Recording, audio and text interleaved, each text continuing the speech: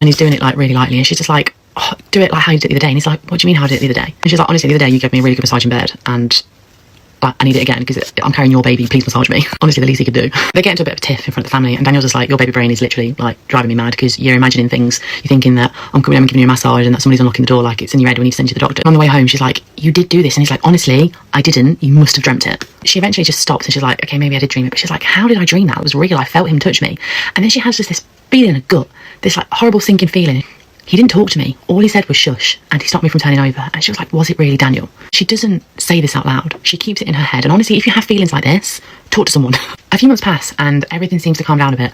Emma and Daniel both believe that it was a bit of early pregnancy, baby brain. But Emma always had this gut feeling that something was a little bit off, but she put some things in motion. So she said to Daniel, please text me before you come home.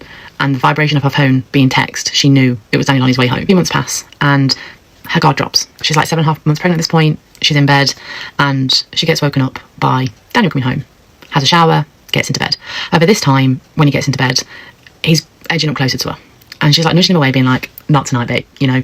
But he doesn't give in. He's being a bit of a pest and he's getting closer to her, he's motioning, and she's like, pack it in.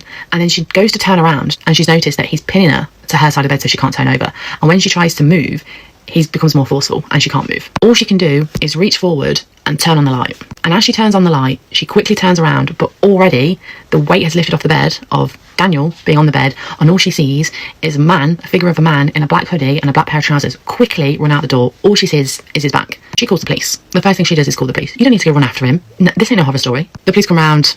She calls Daniel, he comes home, Emma's parents come round, and the police take questions, collect their evidence, start an investigation. Luckily, just a few hours after this incident happened, the police found out who it was, and it was someone they knew really, really well. It was Daniel's dad, Emma's father-in-law.